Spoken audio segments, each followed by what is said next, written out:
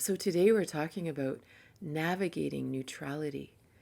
And this talk came out of a request from a previous talk where we were talking about neutrality. We were talking about all the levels of consciousness and what it was like to live there.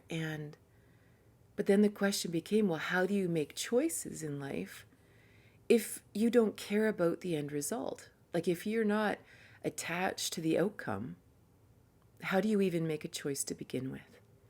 And it's a really, really good question. And it's one of the weird things I've wrestled with in the last 5 years, probably.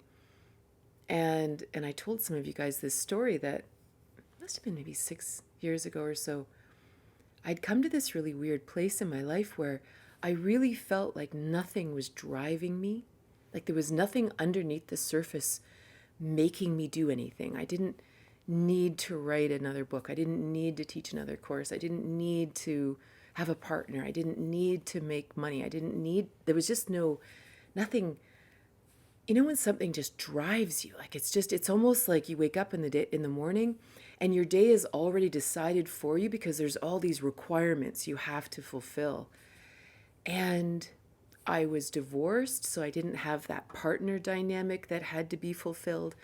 My kids were off in the world living. My daughter, I think, was in Ireland at the time, and my son was up north. In my own world, I had it's funny, it was like I remember going to a Buddhist retreat and they were talking about non-attachment. And I was right in the middle of this weird existential crisis. And I remember saying to the teacher, I don't understand how to make choices right now. You know, there was a time that all I wanted to do was fall in love. But I've fallen in love and I've loved a lot and I don't need that the same anymore. And maybe there was a time that all I wanted to do was have children. And well, I had children, so that's complete. And there was a time that I wanted to save the world.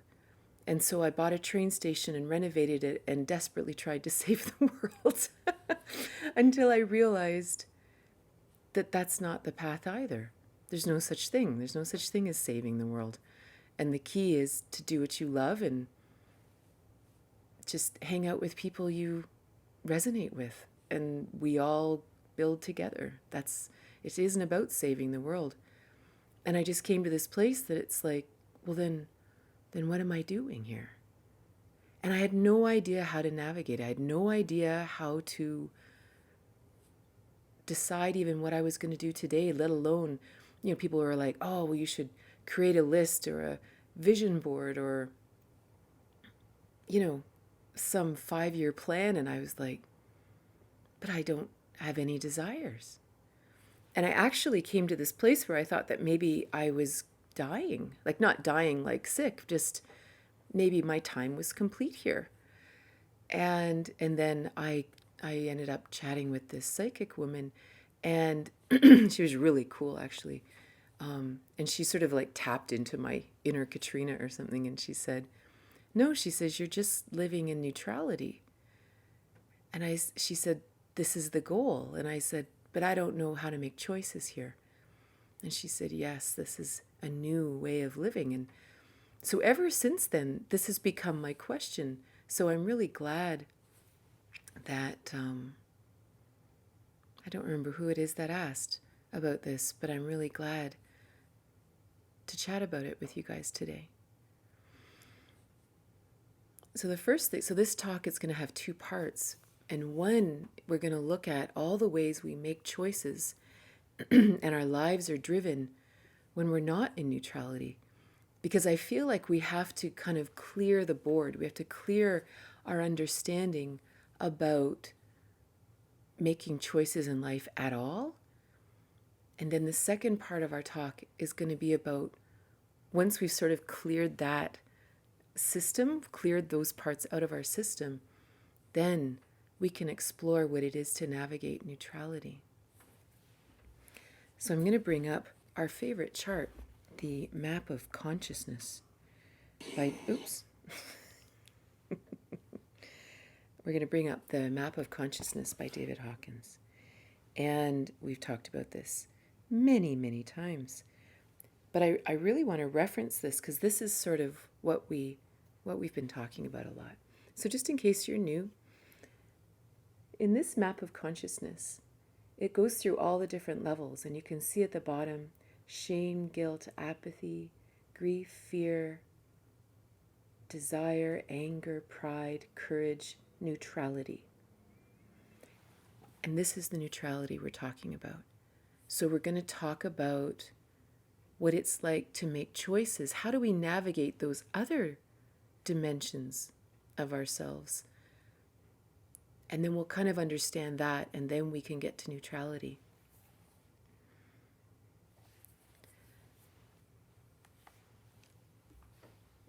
Because navigating neutrality is weird, and if we just dive into it, it won't necessarily make any sense. So for example, if we are resonating in a state of shame, how do we navigate? We make choices to avoid more shame. We make choices to avoid people who shame us. We make choices to hide.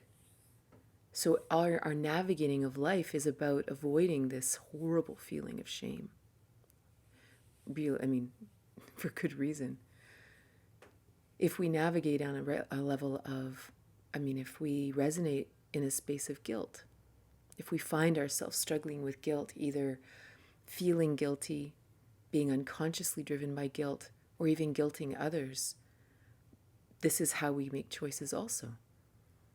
How do I make a choice that makes that person feel badly for what they did to me? How do I make a choice so that I don't feel guilty? How do I make a choice so that I no longer do things that make me feel guilty in the future? So you can feel that all the navigation is driven by either making sure someone else feels guilty or that I don't feel guilty. And that's a huge deal. Like, you imagine if you're in a relationship and you're hurt or you're struggling, and what you really want is that other person to feel guilty, right? That's going to cause us to make very specific choices. What if we're resonating in a state of fear, which is a huge thing in our world? Has been for a long time, for good reason. We've lived with a lot of oppression and a lot of cruelty. Well, if we live in a place of fear, how do we navigate? We navigate avoiding everything we're afraid of. Whether it's failure, success, or whether it's being left alone, whether it's being hurt. So if I'm afraid to be hurt, then I will make choices so that I'm never hurt again. And maybe that means not ever having another relationship, or never starting that new job, or creating that new business, or leaving the house. That is how we will navigate the world. If we are suffering with apathy, if that's where we're living, then we'll avoid anything that we care about. We'll avoid anything that might make us care too much, because for whatever reason, we need to be apathetic right now. We need to stay in a state of nothingness because it's better than being in pain, right? It's not a judgment. It's just what it is. So if we're in a state of apathy, if we care about something, we will navigate the world by saying, okay, I'm not going through that door because I can't walk through that door and stay in this apathetic state. Or what if we're suffering in grief? What if we're really hurting and we can't get over it? How are we going to navigate our lives? Avoiding more grief, avoiding loving, and I'm not talking about healthy grief, I'm talking about when we're stuck there, right? So we are navigating, avoiding these really painful feelings. What if we're in a state of anger? And we're angry at everything. Maybe we're angry at society, we're angry at the government, we're angry at our ex, we're angry at ourselves, we're angry at God, we're angry. How do I navigate the world if I'm angry? Well, sometimes we navigate away from people we're angry at. Sometimes we actually navigate ourselves towards things so that we can let our anger out. So we go from one thing to the next because on some level our body, our soul, our psyche desires balance. Somehow it's seeking the last place that I have to be angry. And if like maybe this is the one time that I get to be angry and I don't have to be angry anymore. And it's interesting too, like if you bring in the idea of karma, I remember Osho used to define karma as simply, he just defined it as unfinished business. And I find this a fascinating thing because sometimes we use karma as a blame thing, that, oh, well, you just have, crappy karma and that's why all these bad things are happening to you or something, or we do that to ourselves. But what if it isn't a blame thing? Like a paradigm is a very interesting thing. Like if you imagine a paradigm and a set of ideas where life simply happens and we move through different experiences. It's not about blame. It's not about this caused that, or you caused this, or you should have. There's none of that should have, woulda, coulda stuff. It's just life simply happens. Then there's the blame world that's all about judgment and says, well, you shouldn't have done this. You're going to pay. You're going to be punished. And so if you look at karma through that second lens, you see it as a punishment because judgment is part of that paradigm.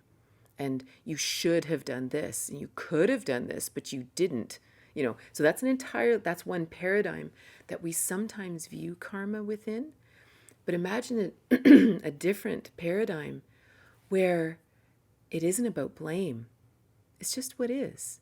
Again, more into the neutrality space. That life just happens and we have the experiences we have and they're important for some reason. I was chatting with someone the other day and talking about my life on the farm. For anyone who's new, I grew up in Toronto, went to university, studied mathematics, became a computer programmer, and fell in love with a dairy farmer. Moved to the middle of nowhere. And I programmed until I had my first child. And then I became a full-time farmer's wife in the middle of nowhere. And and struggled with a million things that we all struggle with. And ended up feeling very depressed and very despairing and it was a really, really difficult time. And I ended up sick with breast lumps, and my mom had just died of breast cancer, and all these things, compounded into a really difficult personal journey. But to look back at that in that second paradigm, it'd be so painful. It's like, yeah, but you could have made different choices, and why didn't you do this? And it didn't have to be so hard. You should have done something different or something. Or your husband should have been different, or his family should have been different, or something. Like we do this whole blaming thing. Or we look at it from this neutral space, or from a God space, from a consciousness space, from a infinite space, whatever that space is, however you define that. And you just look at it that this is simply what happened. There's no blame. There's no judgment. There's no anything. It's just an experience, and a very valuable experience for me. It changed me in really great ways. So it's very, very interesting to then see something like karma within that lens. That if karma is simply unfinished business, then whatever we're resonating in, whatever one of these levels we're struggling in, or we're working through, or we're trying to overcome, or we're stuck in, or whatever, imagine it as unfinished business. So if we're resonating in a state of anger, and for whatever reason we keep finding ourselves in situations and relationships where we're angry again, and now I'm angry again. Why do I keep ending up in these relationships where I'm always angry? Imagine it instead it's unfinished business. That for some reason I'm working through, maybe I'm working through past life stuff. Maybe I need to be in this situation that I need to experience anger in a way that maybe finally finds resolution. It's like Jim. I talk about Jim a lot, my teacher, the guy who helped me when I was sick back in the day. And he could see ghosts, and he could see spirits, and he could see things like that. I can't see anything like that, but he could. And so every so often he would be asked to go to someone's house where there was other activity going on. And one time he was asked to go to a house where every time the person would go and lie in the bed at night, it felt like someone was lying on top of them. And when he got there, he would watch, and he would see this spirit sitting by the bed holding a child or something, and then the ghost or the spirit would then go and lie right where this person would lie, and the person would feel it. And Jim said that something had happened. There was a tragedy in this person's life, and what that spirit was doing was replaying the scene over and over again, hoping for a different outcome. And a lot of times that's what it's like, cycling through these different levels of consciousness. If we are stuck in guilt, or we're stuck in grief, or we're stuck in anger, or we're stuck in desire or pride or any of these, it's like we're repeating a pattern that maybe is ancestral. Maybe it's not even ours. Maybe it's just past the line of our family. Maybe it's our own past lives or multiple lifetimes, however we understand that. Maybe it's experiences in this life, forgetting about all this reincarnation talk and just saying, in this life, I need to resolve this. I need to find a different solution. I need to find a different aspect of my consciousness to actually come out of this differently.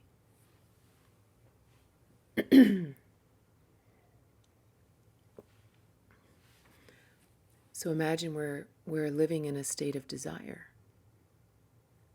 And I want to feel successful. I want to have the perfect body. I want to have enough money. I want to have the perfect car. I want to have people respect me. I want this. I want, right? But maybe this is needed. It isn't about judgment, but you can feel the cyclical requirement that our lives are driven by this need to fulfill these desires, right? And of course, when we need to fulfill the desire, we are very attached to the outcome. We need to achieve that money. We need to achieve that body type. We need to achieve that relationship status. We need to achieve this. We're attached to this because that's why we're stuck in the loop, that we have to achieve it. And then the next level up is pride. That, I just want to be respected. I just want to be seen as a success in the community. That's what I want, and I'm attached to that. So I'm going to navigate my life so that happens, so that I feel that way. This is a very, very powerful loop, right? Because then as soon as anything goes amok in life, we rebuild and we start over. But the goal is this attachment. So then the next step is courage. And navigating in courage is a very different thing. So now we're beginning because the next step is neutrality. Because of course, once we hit courage, we have this inner knowing that, wait a minute, so I could actually achieve anything? I just have to step into it? And it has nothing to do with anyone else? What? And all of a sudden, the accomplishment of the task isn't important. Because it becomes the journey. This is where all of a sudden it's like the overcoming of the obstacle is the journey. The challenge is the point. It's the muscles we grow in that path, you know. It's like in a spiritual journey, whether it's yoga, meditation, tantra, whatever, we have something called sadhana. And sadhana is literally, it's a daily spiritual practice. So your sadhana might be a yoga practice, it might be meditation, it might be kindness, it might be counting to 10 before you get angry. But whatever it is, the intention is the expansion of self on your spiritual path. So it has to be challenging. It has to be something that isn't easy. And this is where it's not about achieving anything. It's just simply about growing. And that's where courage comes in, because suddenly it's like, oh, well, yeah, I'll try that, right?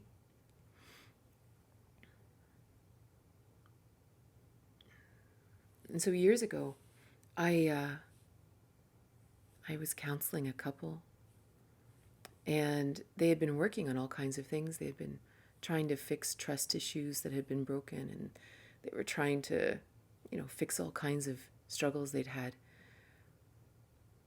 And then they realized that they were actually sabotaging this peace that they were finding, because they didn't know how to navigate if there wasn't an issue. They didn't even know how to connect with each other because they were used to having make-up sex. They were used to the battle. They were used to the fight. They were used to the passion of jealousy. And if we got rid of the jealousy, and we got rid of the trust issues, and we got rid of the sniping at each other, and we got rid of the meanness, they didn't even know how to relate. And this is when this idea popped into my mind, of this idea that as you go through all of these levels of consciousness and we come to courage, this became a line for me. And I realized that we don't even know how to live above this line. We don't know how to live in neutrality. We don't even know how to live in courage, let alone willingness, reason, love, peace, all these things above. We don't even know how to navigate neutrality, because we're so accustomed to the emotional juice that lives below the line.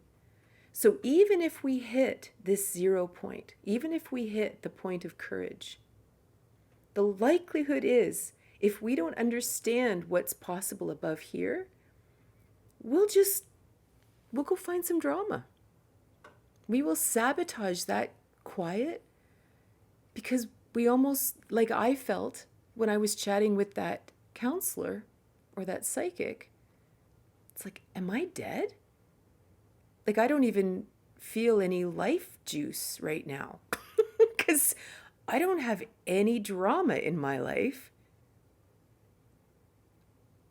Like, what does this feel like now? I don't understand how to live now, which is so hilarious, because on so many levels, this is why we meditate.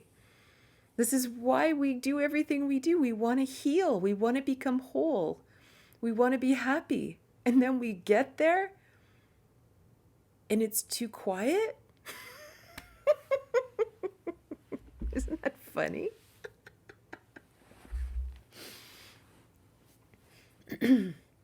So let's imagine the word moksha. It's another common word coming out of the Hindu religion, and we use it a lot in yoga.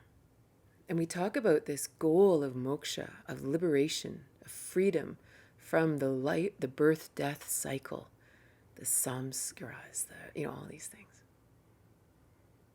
But what is it really? What if the birth-death cycle, and they also call it the release of karmic cycles, what if courage and neutrality is moksha in this live incarnation. That moksha doesn't just happen when we die and we simply don't return. Or what if it's something that is as simple as, I'm no longer playing in the dramas. I don't need them anymore. And I'm not bypassing them. If there's something to be chewed up, then we got to chew it up. But if we actually are beyond them and we're living in a space of neutrality, we're not driven by karmas anymore. And what if this is moksha? What if this is liberation, freedom? So to live your life in freedom, what does that feel like? Well, the most interesting thing, it's sort of like when people say, well, what if you won $1 million? How would you live your life? Because money is a huge clamp on our life. And so many people were like, well, I don't know. I don't know what I would do with my time. I don't know what I would do with my day. I don't know. It's actually an unknown how to live in total freedom. So I love to read David Bohm, my favorite quantum physicist. And this morning, it was funny, I was reading about, he was talking about one of the challenges in the scientific world is science, that modern day science, modern day physics believes in a mechanistic perspective on the world, that everything can be counted, everything can be measured, and it's not true. Because we live in an infinite world. Even if you simply looked at the earth, forgetting about the cosmos and infinite galaxies, if we just looked at the earth ourselves, even if we looked just inside our bodies, just inside this little tiny incarnation, you can't count all the cells inside of me.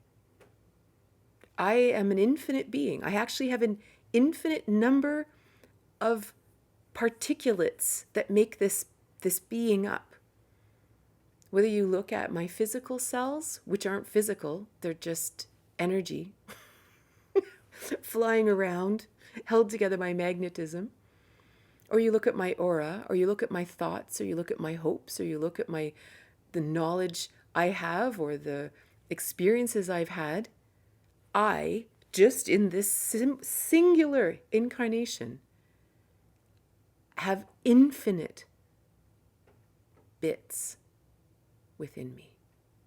Infinite. I cannot be counted. I cannot be measured. Not a single person here can actually be measured or counted because we are infinite. Right here. And I don't, not a concept, not a metaphor, literally infinite, right here. So now we go out into the world, and there's 7.5 billion people we've counted on around. They're all little infinite universes, wandering through space and time through this place we live. Every single life form we come across is an infinite little life form. Trees, rocks, mosquitoes. Nothing is countable. And this is a foundational issue in our science, is the belief that that's a limited world and we can count it, and therefore we can control it, and therefore we can control it.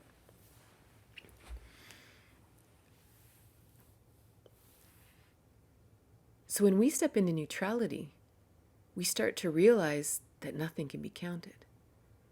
That there's no such thing as being attached to the outcome, because there's an infinite number of possibilities. I could make one choice, and I have no idea the impact of that. Like, I was at a book sale, a book fair, or I don't know, some kind of show where I was selling my books one time, maybe 10 years ago. And I'm standing behind the desk, and I've got my books and my cards for my courses and stuff, and my sister's there, and she's helping me sell stuff. And this woman came up to the table, and she said, I am so and so. She says, I just want to tell you that I've been watching you for the last 15 years from afar. Because I used to write, I used to have my own column in the local paper, and I've had various businesses. And she said, I've watched you, and my friends and I watch you. And we use you as an example of a woman who is successful in business. I'd never laid eyes on this woman. I had no idea who she was. And you know what I mean? Like, you have no idea the effect you may have on others. So to be attached in any way to the outcome of a choice, it's crazy. Like, we just don't know. We don't know the effect of any choice we have. And this is the interesting thing about playing in neutrality. Because in that chart, below here, we're very attached to the belief that it's a limited possible outcomes, right? That within a relationship, there's limited possible outcomes. Within my financial situation, there's limited possible outcomes. And that creates a scarcity mentality, and it creates fear. And then we just stay in the juice, right? We just stay down here. As soon as we pop up here, now we're playing in God's world. We're playing in infinite world. However, I know not everyone likes that word. We're playing in an entirely different thing. Like, realize as we go up in that scale, at the top, it's peace and enlightenment, right? When we look at this at the top, it's peace and enlightenment. You know, we can say that quickly in our spiritual circles and say, yes, yes, my goal is enlightenment. My goal is to do it, whatever. It's like enlightenment, light, the opposite of heavy. It's like if you imagine the world becoming less dense and more ethereal and more infinite and more expansive and bigger. And so all of a sudden, as you head towards that enlightenment space, you're heading towards infinity. You're heading towards infinity consciousness. So when we're playing above this space, it's almost like it's impossible to be attached to the outcome. Because you know there's infinite outcomes no matter what we do. So it's kind of funny. Like, you can't even lie to yourself that you have any idea what you're doing. You just kind of, you know, when someone says, why would you do that? And you're like, I don't know. All I know is it's what I'm supposed to do next. I have no idea why. Because as soon as I would try to explain it to you, I already know. It already doesn't sound like truth. So, how do we navigate here? Maybe we build. Maybe we create something new. Like, imagine we have this infinite space, this infinite in here, infinite in relationships, infinite in jobs, infinite in our society, infinite in nature, infinite with our community. Anything's possible. That infinite concept makes everything an adventure. It could even be reading a new book as an adventure, taking a new course as an adventure, because it isn't about accumulating the knowledge. It's about the experience we're going to have in it. It's talk about coming into the present moment, into this space right now. What else is there? Because it isn't about achieving the thing. It's not about that thing. It's about just having the experience, because as we move through it, everything's changing. Like, we know that with every step we take, the game board keeps changing. You know, we make one choice, everything shifts, and the board is different. And we make another choice, and the board is different. This is navigating in neutrality, because we're not forcing the board to stay the same. We're not lying to ourselves that the board has stayed the same. We're accepting that with every step, it really is a new day. Today is different than yesterday, because we've had aha moments, and we've made choices, and other people have made choices. Everything is different today.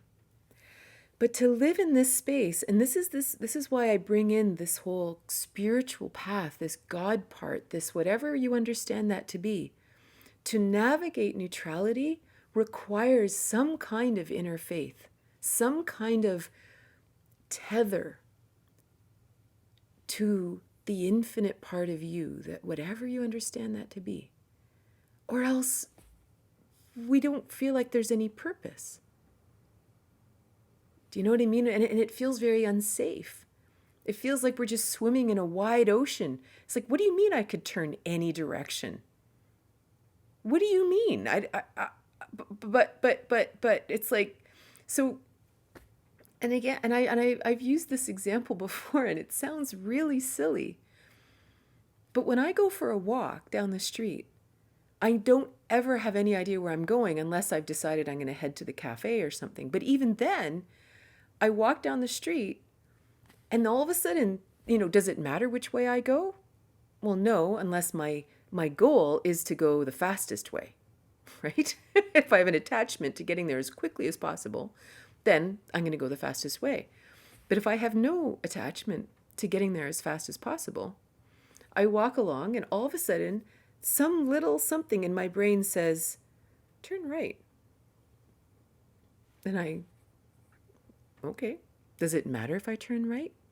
No. Well, am I going to have some amazing existential experience if I turn right? I don't know. Maybe. And I have to tell you, amazing things happen in my life, like crazy stuff. Like when you just randomly turn right because that little voice inside of you says to, amazing things happen. Serendipity starts to rule. It's almost like once the universe knows that you're playing, that you're listening, the voices become louder. And then all of a sudden you're like, really? That's what I'm supposed to do? And then you just begin down the path, and you just take one step after another, and you just sort of, one of my favorite quotes is by a woman named Anne-Marie Schimmel. And she said, and again, I apologize, it sounds a little religious, but she said, once the journey to God is finished, the infinite journey in God begins. And that, I love that. Because it just changes everything. We truly, that's when it truly makes sense that we are co-creators. That we really are creating our reality. Because that's the space we're in. This idea of co-creation makes no sense if we're wrestling with shame and guilt and apathy and fear, and because our world is created externally. But in neutrality, it's very different. So then suddenly we have different goals, and we think, well, what could I create? What would be fun? What would be community building? And not because I want to save the community, but because it's fun to play with others. It's fun to have more than one crayon in the box. So let's gather some of the coolest people I know and let's build something. That would be fun.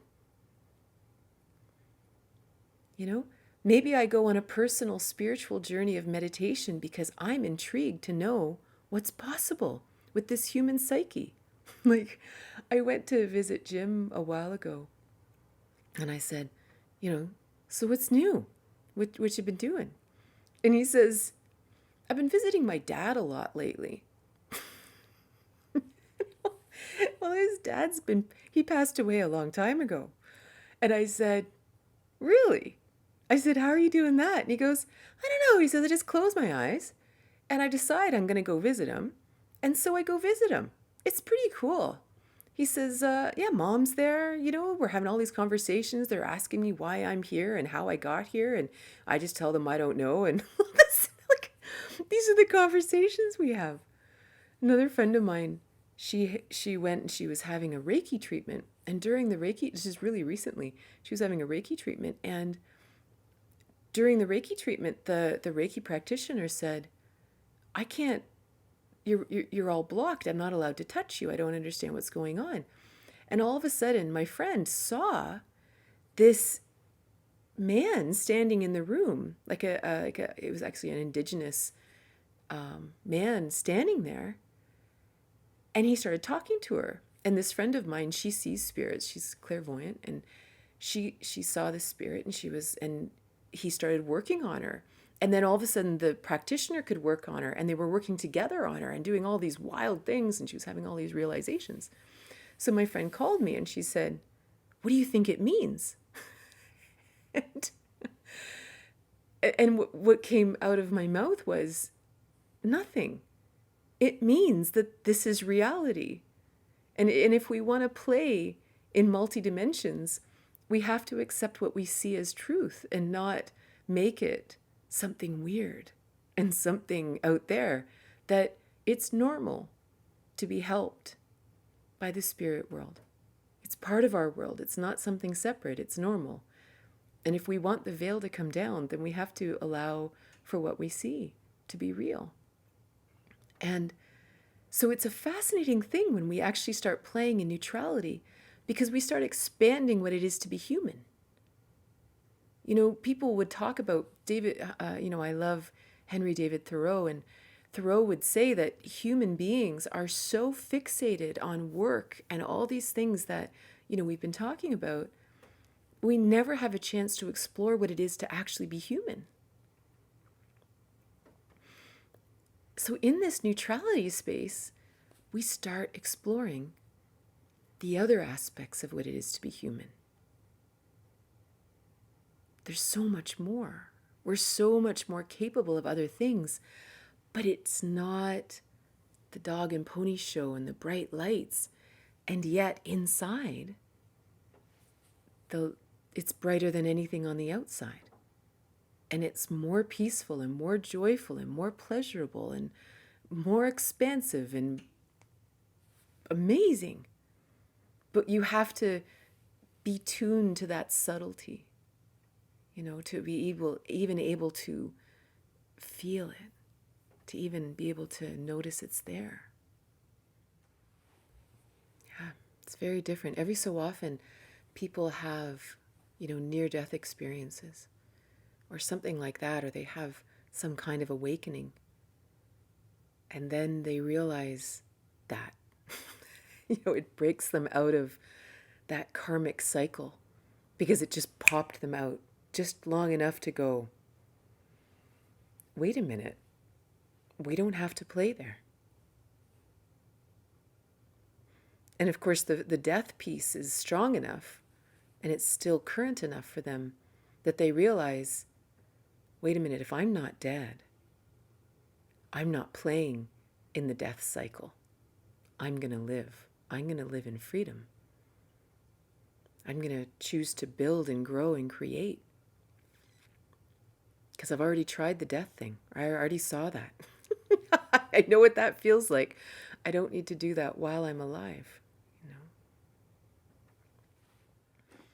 I feel like I recently found myself in a state of near neutrality. And now here I am again, wrapped up in fear. How do you find your back again?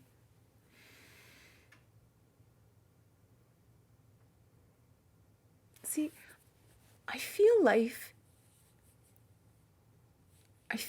is more dynamic than we think. It's like this idea of infinity, of navigating infinity, that it isn't about even becoming neutral and staying there either. That, there was a joke once, and they said, it wasn't a joke. They said, how can I go to bed at night so in love with my husband and wake up in the morning so furious that there's crackers in the bed?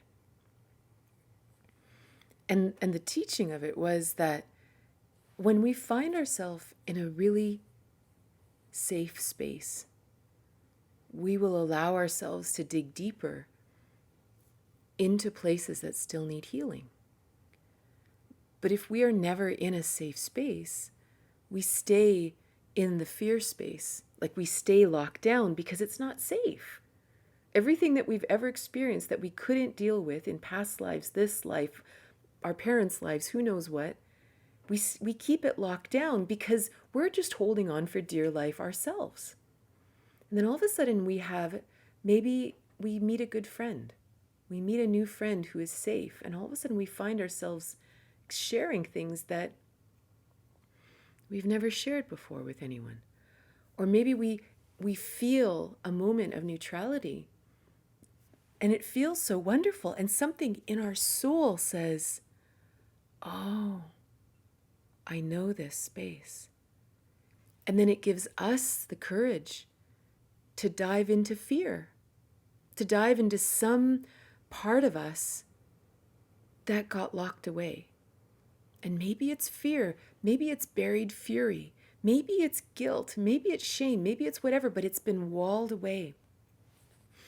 I remember back when I first started studying the mind-body experience, and I don't know whether this was when my mom was sick or when I was sick, I don't know when, but someone, it's so funny when you read a lot over decades and you have no idea where anything came from anymore.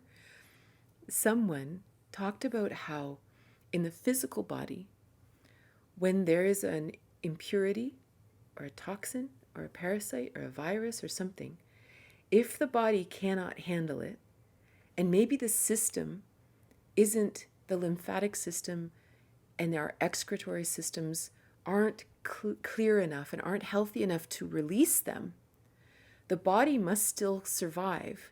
So the body creates a tumor and walls off this toxin, this other, whatever it is, parasite, virus, bacteria, toxin, metal, whatever. And it creates a tumor because it couldn't shed it the proper way. So it created a tumor inside. And the tumor had these protective walls around it. And then it kept it separate from the systems running, right? From your everyday system, because you still had to get to work. You still had to care for the kids. You still had to do whatever you had to do. But slowly the body fills with these tumors. And then that's why often when we start doing cleanses or we start doing anything or we start healing or we begin a spiritual journey, sometimes we get sicker than we were before because the body is clearing all of these toxins. The body's like, whoa, or maybe your system is, you've healed your bowel problems or you've healed your urinary problems or something, and you're saunaing a lot. And so all these toxins are coming out of your skin, or maybe you're losing a lot of weight. Oftentimes when, people begin a weight loss journey, they get sick because all of these tumors are being released because the body's becoming healthier. Really similar things, and whoever this was that I'm recounting said the same thing about emotions, that when we have difficult experiences in life, our psyche will wall off that experience like a tumor in our psyche. And what happens is, because we need to continue forward, we need to be able to get up in the morning. We can't digest this right now because maybe I'm 5 years old, or maybe I'm 20 years old, or maybe I'm however years old, but I can't deal with it right now. So I need to wall it away so that I can get on with my life until a day comes that I can look at it.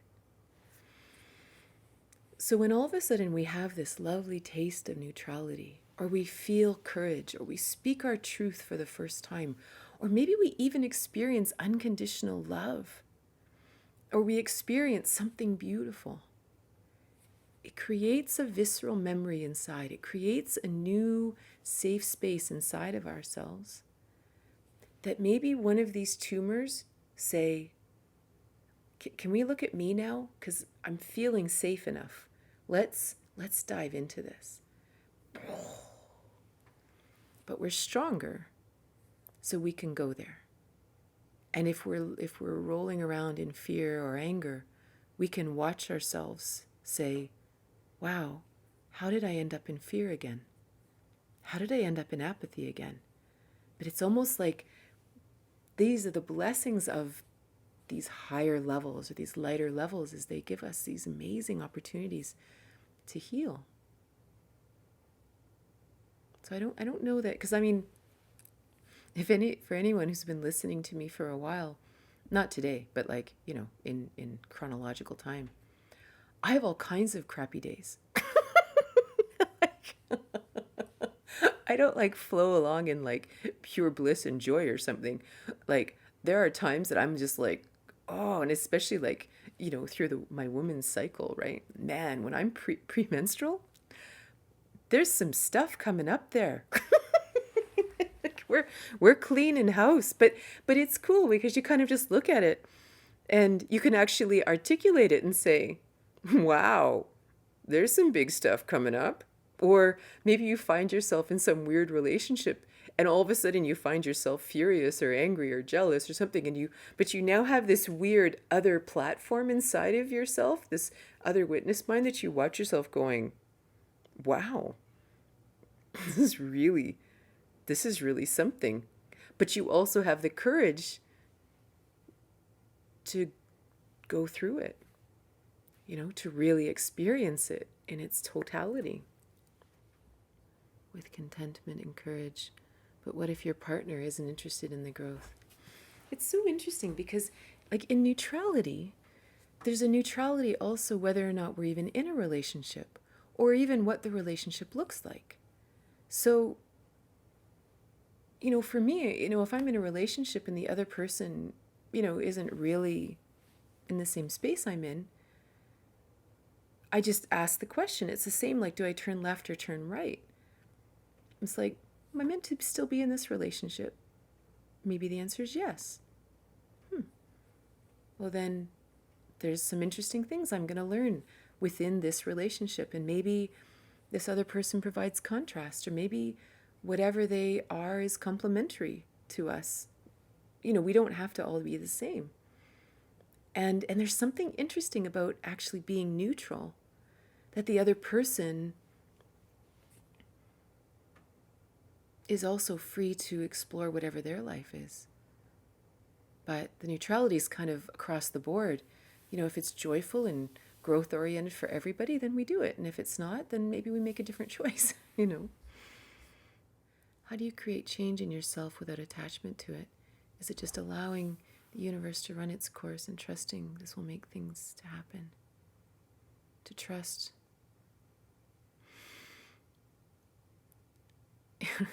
I think this is that, I'm going to use the word faith, but it's not the way that we understand faith to be.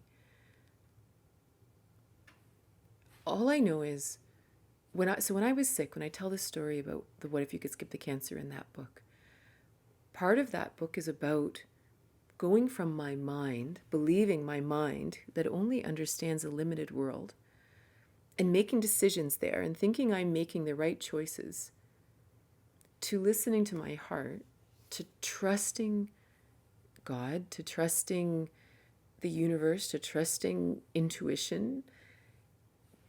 But as soon as you make that choice to step into that, you don't know what the end result is. If you ever can get a hold of a TV series called Joan of Arcadia, I don't even know when maybe it came out in the 90s. It's a little dated, but it's a book, it's a story, a series about a girl, and God starts talking to her, and God just keeps telling her to do stuff, and it's so well done. Obviously, it's based in the story of Joan of Arc, right?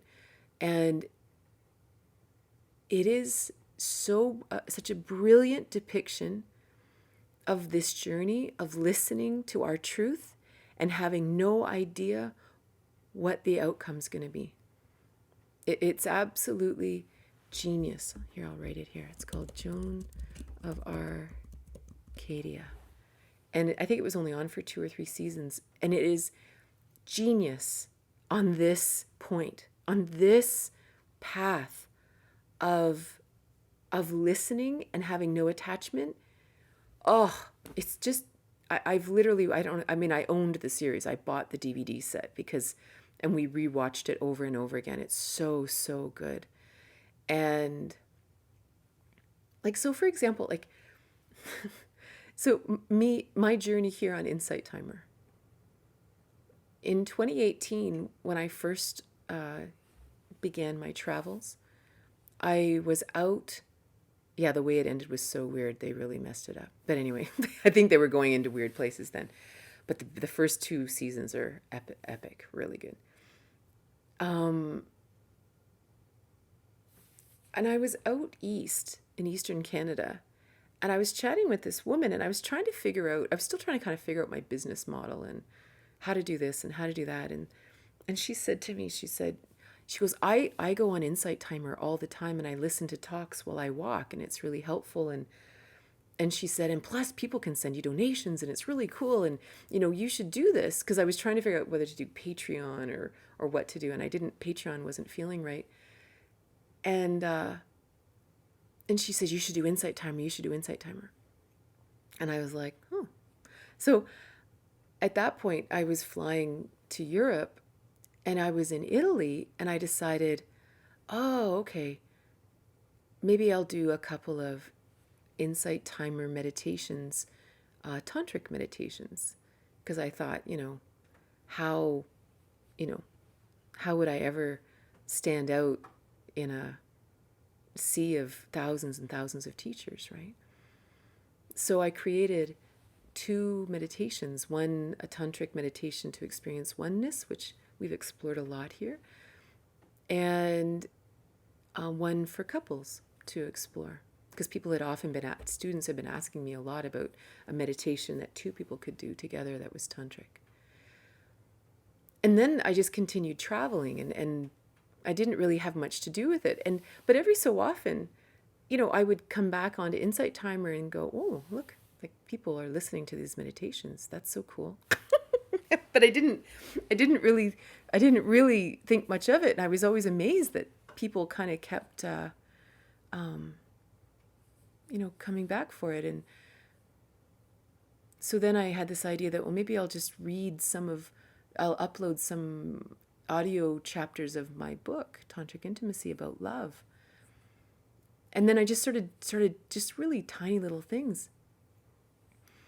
And then all of a sudden, like 7 months ago, but that was sort of it. Like I didn't really have that much to do with Insight Timer. It just was sort of this cool thing. And then about, I don't know what, in April, whenever we started here, someone said to me, Katrina, you've got to go live on Insight Timer. And here we are. Like, I would have never imagined this. Do you know what I mean? Like from this innocent talk I'm having with my friend in Halifax, like, and here we are chatting with friends from around the world. And there's something that happens that every time we do this tiny little thing, and then that grows, and then that grows, and that grows, and then all of a sudden you find yourself in a place that you never could have imagined. You start to have faith in the neutrality, right? You have faith in that little voice that says, turn right. Because you know that you don't have any idea where it's going to go. And I think that's what it is. And that's why it's kind of fun, because you just do it. That's, I think, why the courage piece is so important. That's why it's beneath neutrality, because we have to actually have the courage to follow that little voice and do these little weird things. And because then just wild things happen. And then you find yourself, it's sort of like when you think, I love like the Harry Potter staircases at Hogwarts. But that's what, to me, it's like. I mean, if you make a choice, if you've never seen, or if you don't know anything about Harry Potter, in Hogwarts, the staircases are always changing. So you might get on a staircase and all of a sudden now it's going to a different floor. That's what the courage piece is. You make one choice and that changes the playing field. And then you make a different step. And it's just amazing. Just amazing possibilities. And I think that's the other interesting thing, that above courage in neutrality, you really get that you're making your choice. You are creating your reality. That you are making choices, and it is having a ripple effect whether we understand it or not. I don't know, there just becomes this real peace inside that's, you're good to just make the choices. It's very different. How does non-attachment tie into manifestation? I'm laughing because it's a huge topic and it's a great question. Because the funny thing is, for me, to me, this is a chicken and an egg question. Because it's which comes first, right? That if I'm walking along the street and I have an intention inside of me, that maybe my intention is happiness or finding a new friend or, I don't know, excitement in life or something. Maybe the question becomes, what's your intention? I may have to do a talk about manifestation. It's a really good idea. Because our intention is so important. Because then all of a sudden I turn right. And then all of a sudden I turn right and I go down the street. And then something says turn left and I turn left. And all of a sudden this amazing thing happens. But did it happen because I wanted it to happen? Or did it happen and then I was guided to it to happen? Like when I had my train station, people would say to me, wow, you're really good at manifesting. And I'm like, but I saw the train station first. Like I saw it in my mind's eye. I knew, like as soon as I had the idea, I want to have a place to teach classes to adults. It's like instantly I knew there was a place available. And then I suddenly randomly went on a car drive. I went on a drive with a friend of mine into this part of Godridge I'd never been to. And there's this train station for sale. And then the whole story about how I ended up getting the train station is a whole other story. But I don't know which came first. Like, did that train station call me? Like, was that on the path anyway? Did I manifest it? And in my experience, I have no sense of manifestation like that. I don't think I make choices and they manifest. It's almost like we don't even have words for this. It's like tapping into the field of what is. Again, like my words are so overused, but you just know something. You just know that this is what you're supposed to do. And it happens, but you didn't make it happen. The only reason you knew you were going to do it is because it was real. So that'd be a really interesting talk because I don't have a lot of words to describe manifestation.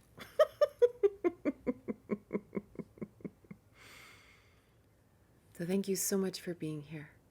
And I look forward to seeing you again.